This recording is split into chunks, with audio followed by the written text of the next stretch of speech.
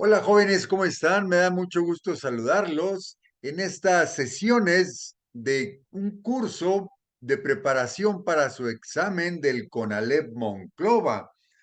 Quiero tener esta sesión del repaso de matemáticas. Es la primera sesión. Quiero utilizar un archivo que preparé para ello. Y aquí estamos viendo como el título de este video es Repaso de Matemáticas. Es la primera sesión. Mi nombre es Raúl Campos Posada y estamos en el CONALEP Monclova. Para esta sesión de repaso hemos preparado un temario general que son 14 puntos, aunque en esta sesión vamos a tener los primeros 6 puntos. Recordemos que son 3 sábados los que estaremos repasando estos temas de matemáticas como preparación a su examen. Entonces, en este video vamos a abordar del punto número 1, que es conversión de números fraccionarios a decimales y viceversa, hasta el punto número 6, que son problemas geométricos que implican un cálculo de áreas y perímetros. Vamos a empezar con el punto número 1, conversión de números fraccionarios a decimales y viceversa. Bueno, dice, conversión de una fracción a un número decimal. Para cualquier fracción puede convertirse a un número decimal. Toda fracción de la forma A sobre B representa una división donde se divide el numerador entre el denominador, es decir, A sería el numerador y B el denominador. Y si lo ponemos en una división matemática, pues estaría A dentro y B fuera de este símbolo de división.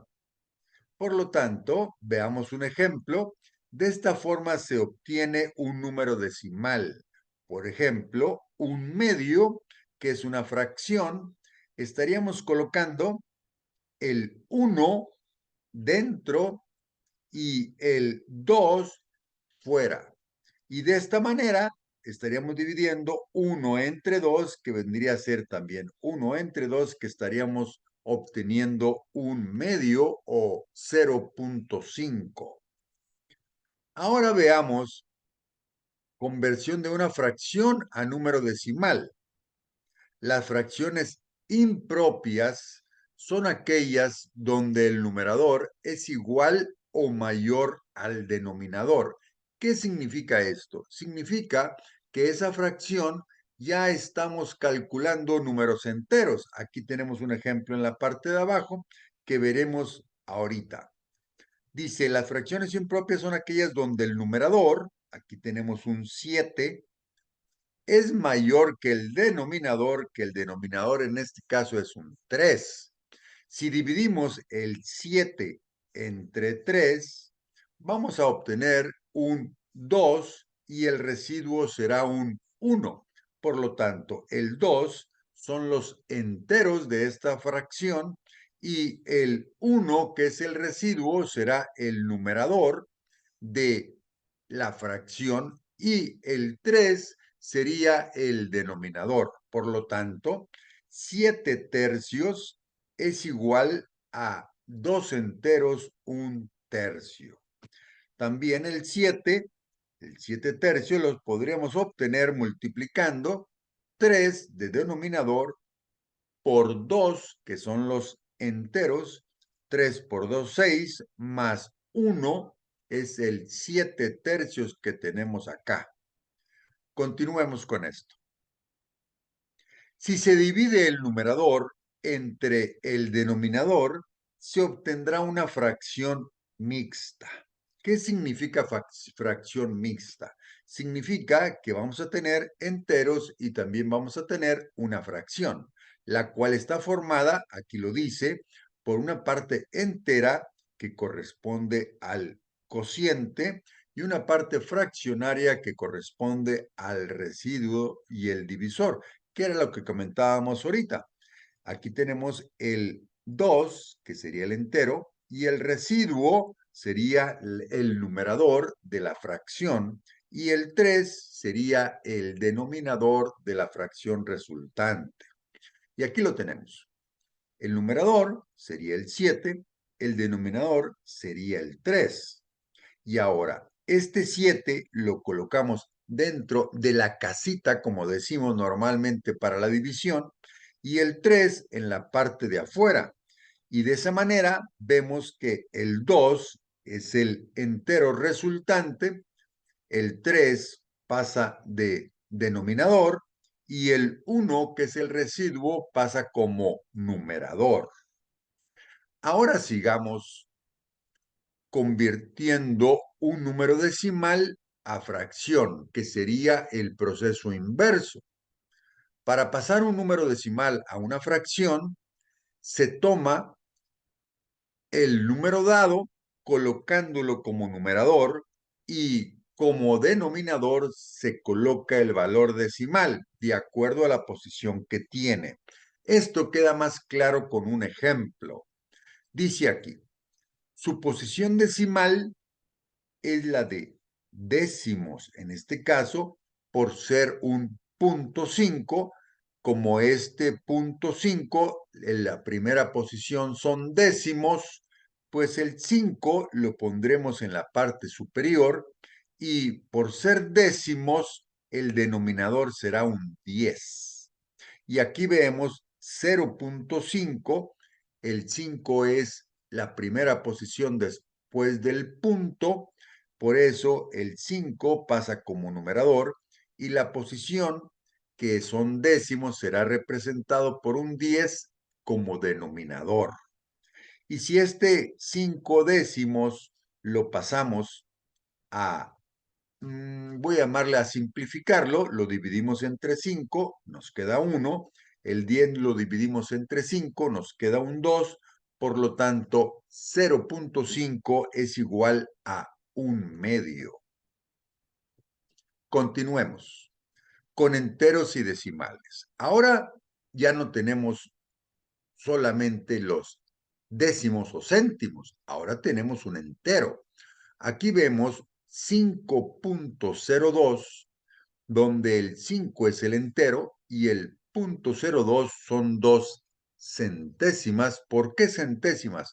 Porque está en la segunda posición del lado derecho después del punto. Dice, de acuerdo a su posición decimal, el denominador será un 100. ¿Por qué un 100? Porque son 2 posiciones después del punto. El 5, que es el entero, pasa igual y el 2 pasa de numerador y el 100, que es la posición decimal, pasa de denominador. Por lo tanto, 5.02 es igual a 5 y 2 entre 100. Bueno, vamos a ver cómo sería esto. El entero, que es un 5, lo podemos multiplicar por el 100, que es el denominador, y hacemos 5 por 100 más 2, que es el numerador, y hacemos 5 por 100, 500, más 2 son 502. El denominador continúa siendo 100. Si yo pongo 502 sobre 100 y saco mitad, o sea, el 502 lo divido entre 2, me va a quedar 251 y el 100 lo divido entre 2, me va a quedar 50. Por lo tanto, 5.02 en número decimal va a ser igual a 251 dividido entre 50. Esa sería la fracción equivalente. Seguimos. Ahora pasemos al punto número 2. Representación de números fraccionarios y decimales en la recta numérica. La recta numérica sirve para representar gráficamente los números y poder tener una visión mucho más clara de cada uno de ellos. Para construir una recta numérica, primero se escoge el punto que representa al 0, que en este caso sería el punto del centro de la recta numérica, que se le llama origen.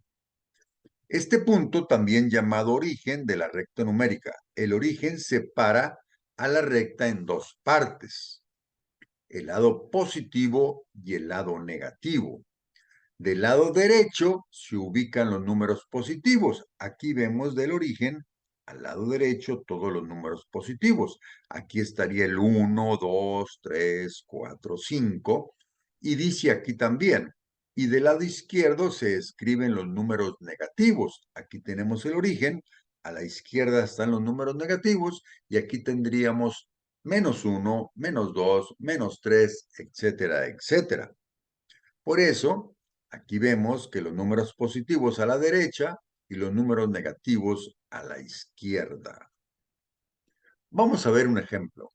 Fracción propia. Toda fracción propia se ubica entre el 0 y 1 de la recta. Significa que una fracción propia es menor que 1. La fracción propia, donde nada más tenemos, voy a llamarle la fracción como esta, que es un medio, pues aquí estaríamos viendo que un medio, si aquí está el 0 y aquí está el 1, pues vamos a dividir aquí el 0 al 1, lo vamos a dividir en dos partes. Y vamos a seleccionar solamente la primera de ella.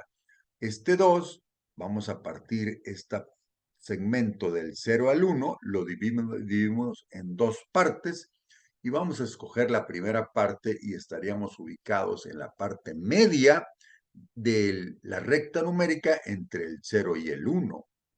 Ahora continuemos. Solo habrá que dividir ese segmento de recta en las partes que indica el denominador, mientras que el numerador nos señala cuántas partes hay que tomar. Por ejemplo, aquí está el 0 al 1, vamos a representar el número de 2/5. Si son 2/5, pues vamos a dividir en las partes que nos dice el denominador, que son 5 partes. Y aquí estaríamos viendo la primera parte, segunda parte, tercera parte, cuarta parte y quinta parte. De esas 5 partes, ¿cuántas vamos a tomar? Es lo que nos indica el numerador. Por lo tanto, aquí estamos tomando una parte y dos partes porque son 2/5. 2/5 estaría ubicado en esta parte de la recta numérica.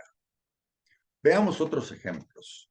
¿Dónde se ubicaría 7/4, 12/5, 10/3 o un 2?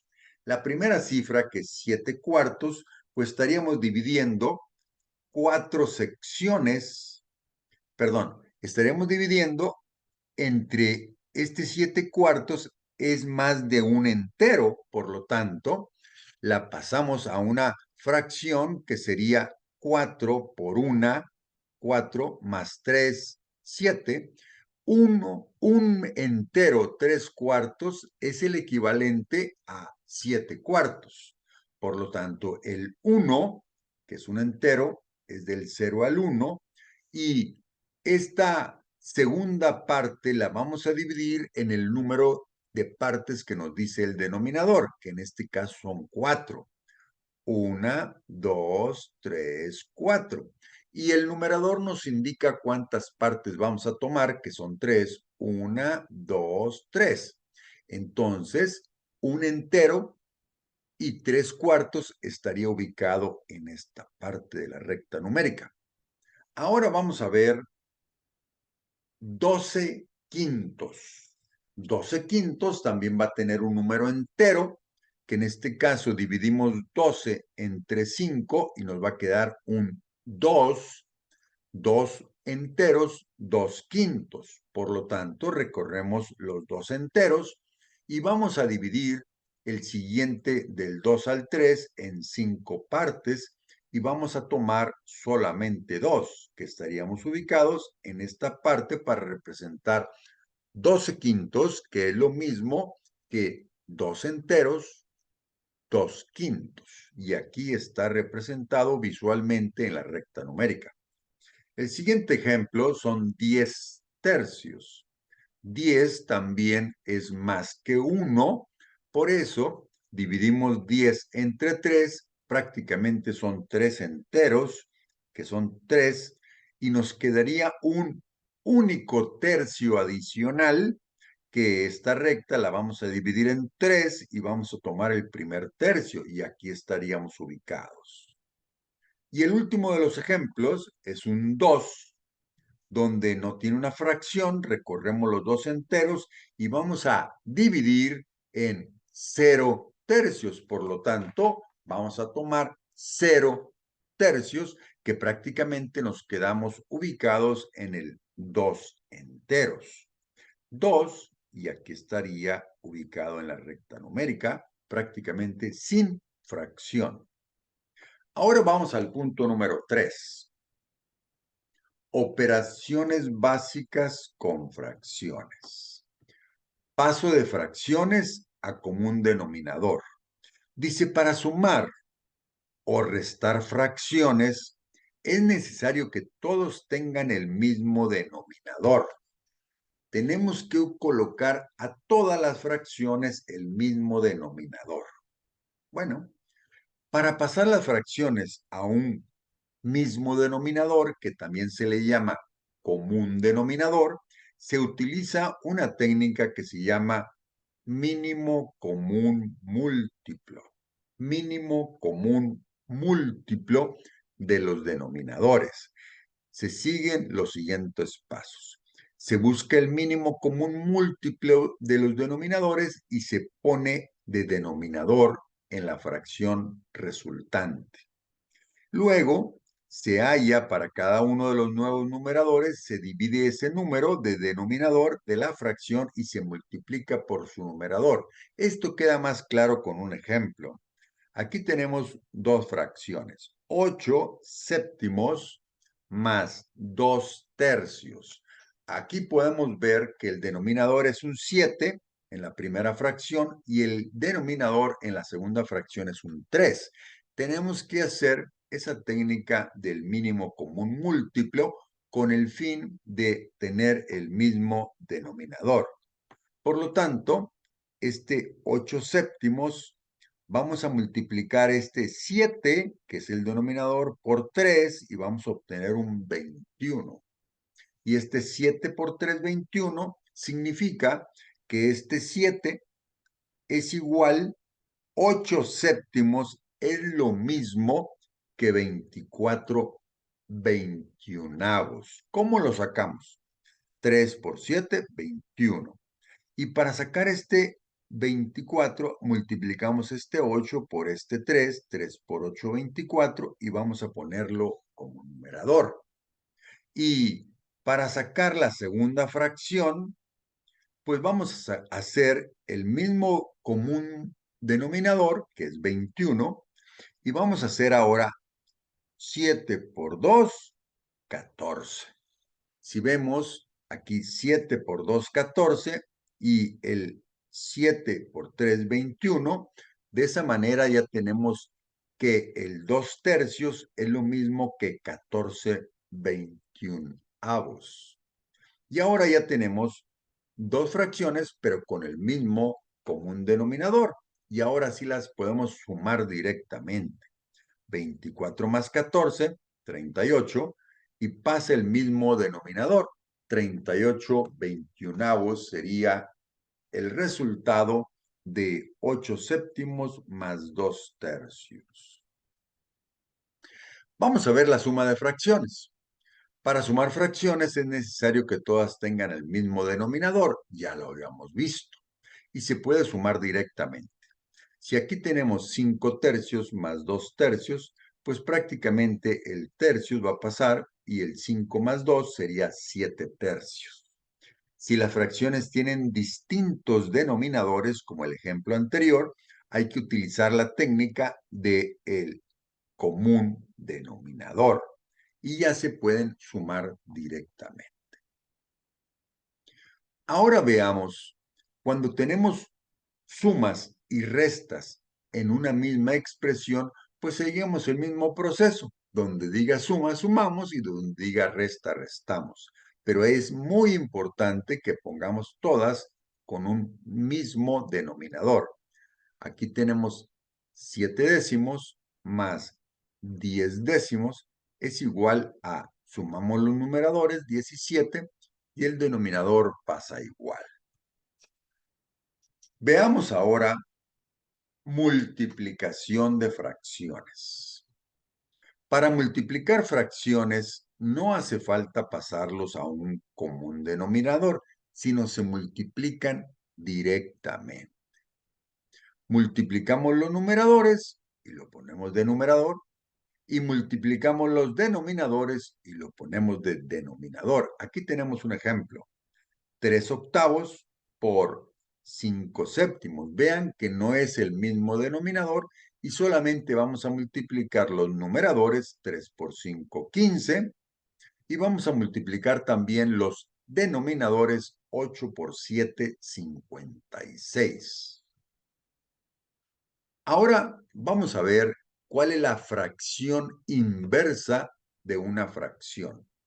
Dice, la inversa de una fracción es otra fracción que al ser multiplicados ambos fracciones da la unidad, da 1. 1 es la unidad. Bueno, vamos a ver cuál es la fracción y cuál es la fracción inversa. Aquí tenemos un ejemplo. La fracción que tiene un numerador y un denominador los intercambiamos y ya es su fracción inversa. Aquí tenemos una fracción que es 8 décimos. Solamente el 8, que es numerador, lo pasamos abajo. Y el 10, que es el denominador, lo pasamos arriba. Y si lo vemos, si la multiplicamos 8 por 10, 80. Y 10 por 8 también son 80. Por lo tanto, 80 entre 80 es la unidad o es un 1. Seguimos. Esa es la fracción inversa. Ahora vamos a pasar a la división de fracciones. ¿Qué es la división de fracciones? Consiste en multiplicar. Esto lo voy a leer, pero se va a quedar mucho más claro a través del ejemplo. Pero vamos a leerlo. Consiste en multiplicar el numerador de la primera fracción por el, dice, consiste en multiplicar el numerador de la primera fracción, que es, esta es la primera fracción y esta es la segunda. Entonces, el numerador, que es este 3, consiste en multiplicar el numerador de la primera fracción por el denominador de la segunda. Y ustedes ven este 3, lo vamos a multiplicar por el denominador de la segunda. Y el resultado escribirlo en el numerador de la fracción resultante. Y aquí está el numerador de la fracción resultante. Por lo tanto, veamos que es el numerador de la primera por el denominador de la segunda, y es el resultado del numerador de la fracción resultante. Eso es lo que nos dice el primer párrafo. Es esta línea de aquí. Vamos a ver el segundo párrafo. Por otro lado, se multiplica el denominador de la primera fracción, que es un 4, por el numerador de la segunda, que es un 6, 4 por 6, y es el resultado, lo escribimos como denominador de la fracción resultante, que es 4 por 6, 24. Esta línea que tenemos aquí para calcular es lo que nos dice el segundo párrafo. Volvamos a repetirlo. 3 por 10, 30. 4 por 6, 24. El primer párrafo describe esta línea y el segundo párrafo describe esta línea de acá. Ahora veamos el ejemplo de manera continua. 3 cuartos dividido en 6 décimos.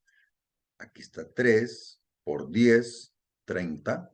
4 por 6, 24. Y de esa manera, 30 entre 24, le sacamos sexta 30 entre 6, 5. 24 entre 6, 4. Por lo tanto, 3 cuartos dividido en 6 décimos tiene de resultado 5 cuartos. Veamos el punto número 4 de nuestro temario. Sucesiones de números. ¿Qué es una sucesión? Aquí lo tenemos. Una sucesión es un conjunto de números ordenados a través de una regla que los genera o que los origina. Veamos qué es esto. Los elementos que forman una sucesión numérica se llaman términos. Los términos pueden calcularse con una regla o un patrón que se puede describir por una expresión algebraica. Todo esto queda más claro a través de un ejemplo.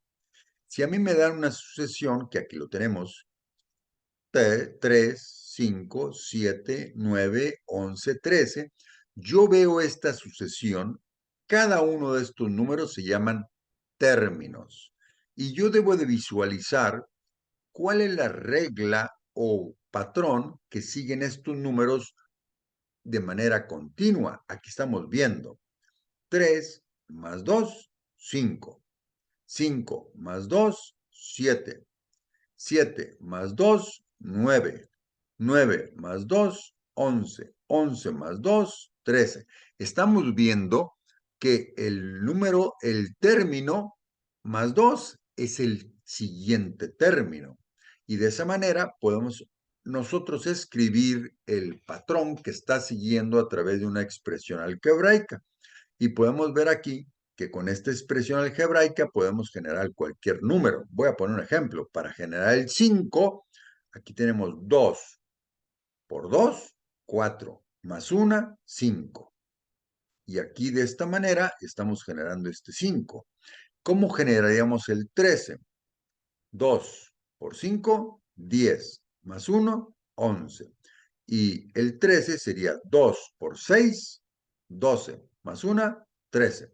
Y de esta manera, con esta expresión algebraica, podemos generar todos los términos de esta sucesión. Y dice, esta expresión algebraica es la que genera la sucesión. Bueno, sigamos. Ahora vamos a entrar al punto número 5 de nuestro temario. Ya vamos casi a terminar, ya que creo que son 6 o 7. 6 creo que son los números. 5. Máximo común divisor. Y mínimo común múltiplo. ¿Qué es esto de máximo común divisor y mínimo común múltiplo y en qué se usa? Aquí lo tenemos. Máximo común divisor, que se abrevia MCD, que son las iniciales, MCD, dice el máximo común divisor de dos números A y B es el número más grande que divide a y también divide a B. Entonces, es el número más grande que divide a los dos números. Para denotar el máximo común divisor de A y B, escribimos MCD, paréntesis, AB. Ejemplo, vamos a calcular el máximo común divisor de 12 y 18. Aquí la A es un 12, la B es un 18. ¿Cómo lo haríamos? Aquí tenemos este 12, lo ponemos en una columna, y el 18 lo ponemos en otra columna. Y ahora nos preguntamos, ¿el 1 divide el 12? Sí. ¿El 1 divide el 18? Sí. ¿El 2 divide el 12? Sí. ¿El 2 divide el 18? Sí. Ya hemos encontrado dos números que dividen a los dos, tanto el 12 como el 18. Veamos el 3. ¿3 divide el 12? Sí. 3 divide el 18, sí. 4 divide el 12, sí. 4 divide el 18, no. El 4 no divide a los dos números. 5 divide a los dos números, No. 6 divide al 12, sí. 6 divide al 18, no. Perdón, sí. El 6 divide al 18, sí. El 6 divide al 12 y divide al 18. Y si vamos viendo que el 7, 8, 9, 10, 11 y 12 ya no dividen un solo número a los dos, 12 y 18, vemos que el 6 es el número más grande que divide al 12 y al 18. En este caso, hicimos del 1 hasta el 12 porque es el número hasta donde vamos a llegar. A donde llegamos es el número más chico de los dos que estamos buscando. Y el número más grande que divide a los dos es el 6. Por eso se llama máximo, o sea, el más grande, común que divide a los dos, común divisor que divide a los dos. El más grande fue el 6. Por lo tanto, puesto que el número que buscamos tiene que dividir al 12 y al 18, no puede ser mayor de 12. Por eso hicimos los renglones hasta el 12. Puesto que el máximo común divisor debe dividir a los dos números, las únicas posibilidades es 1, 2, 3 y 6. Vean cómo el 3 sí lo divide al 18, el 3 sí lo divide al 12, por eso este 3 está incluido aquí. Como tiene que ser el más grande, por eso es el 6. Por lo tanto, el máximo común divisor de 12 y 18 es 6. Ahora vamos a ver otra técnica. Después vemos para qué lo vamos a utilizar, pero se llama mínimo común múltiplo. Mínimo común múltiplo. Y se abrevia MCM. Dice aquí, definición. El mínimo común múltiplo de dos números A y B es el número más pequeño que es múltiplo de A y B. Para denotar el mínimo común múltiplo de A y B se pone MCM de A y B. Ejemplo, vamos a calcular el mínimo común múltiplo de 4 y 6. Para ello escribimos los primeros múltiplos de 4 y 6 y aquí los tenemos. El 4 lo ponemos ahí en una columna, el 6 en otra. Y decimos 4 por 1, 4, 6 por 1, 6. Aquí no coinciden, el 4 y el 6 no son iguales. 4 por 2, 8, 6 por 2, 12, 4 por 3, 12, 6 por 3, 12. Y estamos multiplicando el 4 por 1, por 2, por 3, por 4, por 5 y por 6. ¿Por qué hasta el 6? Porque es el número que tenemos acá. 4 por 1 hasta el 6. 6 por 1, por 2, por 3, por 4, por 5, por 6. Ahora veamos cuál es el número que está en las dos columnas más chico. En este caso, el 12 lo tenemos en las dos columnas y el 24 también lo tenemos en las dos columnas. Por lo tanto, común múltiplo es el 12 y es el 24. Pero de esos dos números, ¿cuál es el mínimo? Pues es el 12. Veamos aquí qué nos dice. Recuerda que los múltiplos se obtienen multiplicando. Entre los 6 primeros múltiplos de 4 y 6, los números 12 y 24 son los múltiplos de ambos. Tenemos que quedarnos con el mínimo, por lo tanto, el mínimo común múltiplo de 4 y 6 es 12.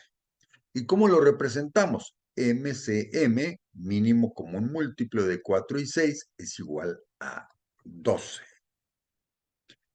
Ahora vamos con el punto número 6. Problemas geométricos que implican el cálculo de áreas y perímetros. ¿Qué es una figura geométrica? Vamos por el principio. Una figura geométrica es una representación visual, aquí tenemos a la derecha un ejemplo, es una representación visual mediante un conjunto de puntos, líneas, planos y cuerpos que denotan una forma. Aquí tenemos un triángulo, aquí tenemos una circunferencia, aquí tenemos un rombo, y dice, estas figuras poligonales, poligonales significa poli, significa muchos, gonales, lados, muchos lados, es el estudio matemático de figuras geométricas planas que se distinguen por líneas, curvas, poligonales, mixtas, onduladas, etc. Y tienen diferentes nombres, de acuerdo a cuántos lados. Si tiene 3 lados, se llama triángulo. Si tiene 4 lados, es un cuadrilátero. 5 lados, un pentágono. Y así sucesivamente hasta llegar al número 20. Por ejemplo, si tiene 9, se llama nonágono. Décimo, decágono. 11, eneágono. Y de esta manera estamos reconociendo el número de lados por el nombre que tienen.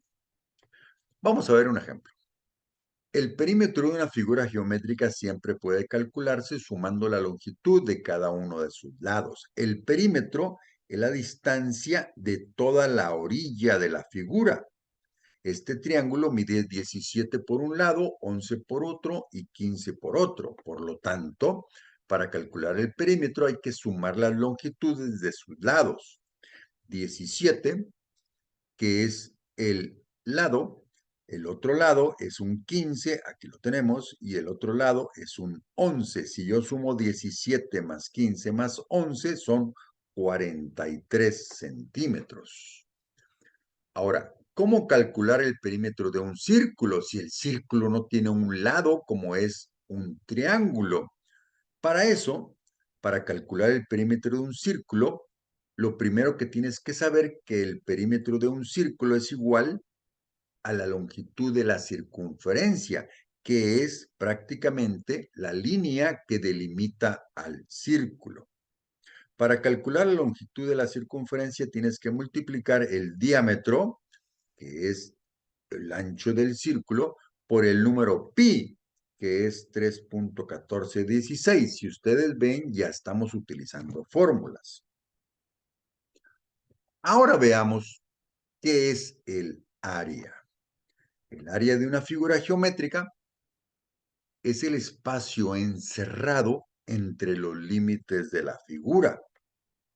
Entonces, el espacio que encierra los límites de la figura se llama área. ¿Cómo se calcula? Para eso hay fórmulas para cada figura. Es importante distinguir qué figura estamos hablando. Por ejemplo, el área del triángulo es base por altura sobre 2. Recuerda que la línea de abajo es la base y la línea al punto más alto es la altura.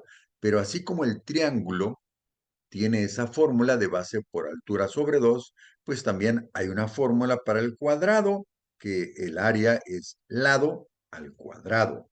Para el romboide es otra área, para el trapecio es otra fórmula, para el rectángulo es otra fórmula, para el rombo es otra fórmula, para el triángulo es otra fórmula, y cada figura tiene su propia fórmula. Ejemplo, obtener el perímetro del área de las figuras siguientes. Un triángulo cuya base mide 10 centímetros, un lado 43.17 y la altura 42 centímetros. Entonces, si vamos a calcular el perímetro, pues son los lados, y si vamos a calcular el área, es el área que está encerrada en los límites de la figura. El perímetro, que son los lados, vamos a sumar los 3 lados. El primer lado es un 10, que aquí lo tenemos. El segundo lado es 43.17, que aquí lo tenemos. Y como este es un triángulo isósceles, el otro lado también mide lo mismo, 43.17, y aquí lo tenemos. Entonces va a ser 10 más 43.17 más 43.17, que nos da 96.34. Ahora vamos a pasar a calcular el área, base por altura sobre 2. ¿Cuánto mide la base? 10 centímetros. ¿Cuánto mide la altura? Esta que está la línea, 42 centímetros, dividido entre 2. Vamos a multiplicar 10 por 42 entre 2, que son 210 centímetros.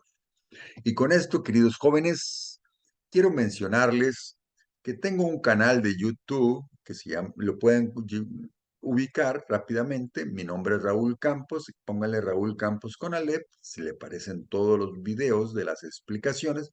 Y este video va a estar ubicado en YouTube para que ustedes lo puedan volver a estudiar y a repasar como preparación de su examen de CONALEP Monclova. Recordemos que estamos en CONALEP Monclova, estamos dando el repaso de matemáticas. Esta fue la primera sesión. Mi nombre es Raúl Campos Posada y estamos para servirles.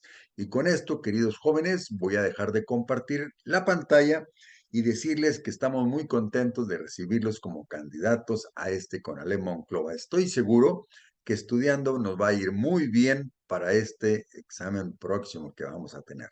Saludos a todos.